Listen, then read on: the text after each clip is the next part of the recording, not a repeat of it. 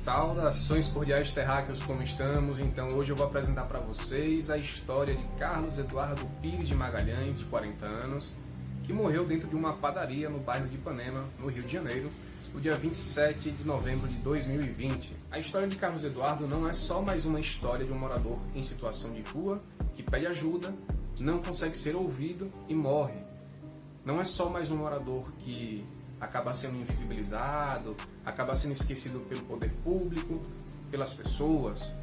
A história de Carlos Eduardo é a história de 200 mil moradores em situação de rua, que são invisibilizados, que não são ouvidos, que são violentados, que são perseguidos, que são envenenados, que são incinerados, que são atropelados. A história de Carlos Eduardo é a história de centenas de milhares de pessoas nesse país que são vulnerabilizadas pelo Estado e que vem toda uma sociedade guardar os seus carros em garagens e estacionamentos, mas não vem pessoas sendo acolhidas em casas. Inclusive, população essa que tem a sua casa como uma folha de papelão.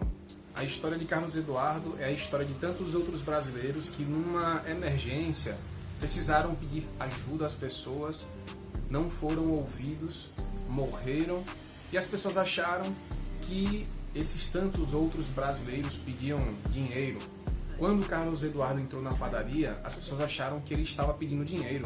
Ele acabou morrendo, seu corpo ficou estendido no chão por 2 horas e o expediente da padaria seguiu normalmente dentro desse tempo. Os relatos mostram que alguns funcionários da padaria cobriram o corpo de Carlos Eduardo com um saco de lixo preto e que cercaram a área com algumas mesas. E essa colocação do saco de lixo, inclusive, demonstra como a nossa sociedade enxerga o morador em situação de rua. Carlos Eduardo ele é lembrado pelos seus amigos e amigas em situação de rua como um filósofo, porque ele falava das coisas da vida, dizia que queria ir na praia, num restaurante, mas ele tinha vergonha de fazer isso porque as pessoas ficavam olhando para ele com desprezo. Falava também que sentia muita falta da família e principalmente dos filhos. Ele estava sendo assistido por profissionais da área da saúde que estavam encaminhando ele para atendimento médico num hospital. E ele se recusava a ir porque ele já tinha passado pelos hospitais e ele ouvia que ia morrer e que ele ia morrer como um indigente.